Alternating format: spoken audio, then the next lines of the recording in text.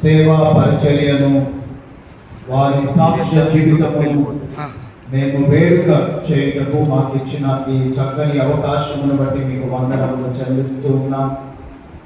కూడి ఉన్నటువంటి మమ్మల్ని అందరినీ మీ ఆత్మవశము చేసుకొని ఈ యొక్క జ్ఞాపకార్థ కూడిక మీకు మహిమకరముగాను కుటుంబానికి ఆదరణకరముగా జరుగుటకు మీ సహాయము దయచేయమని ప్రార్థిస్తూ ఉన్నాం.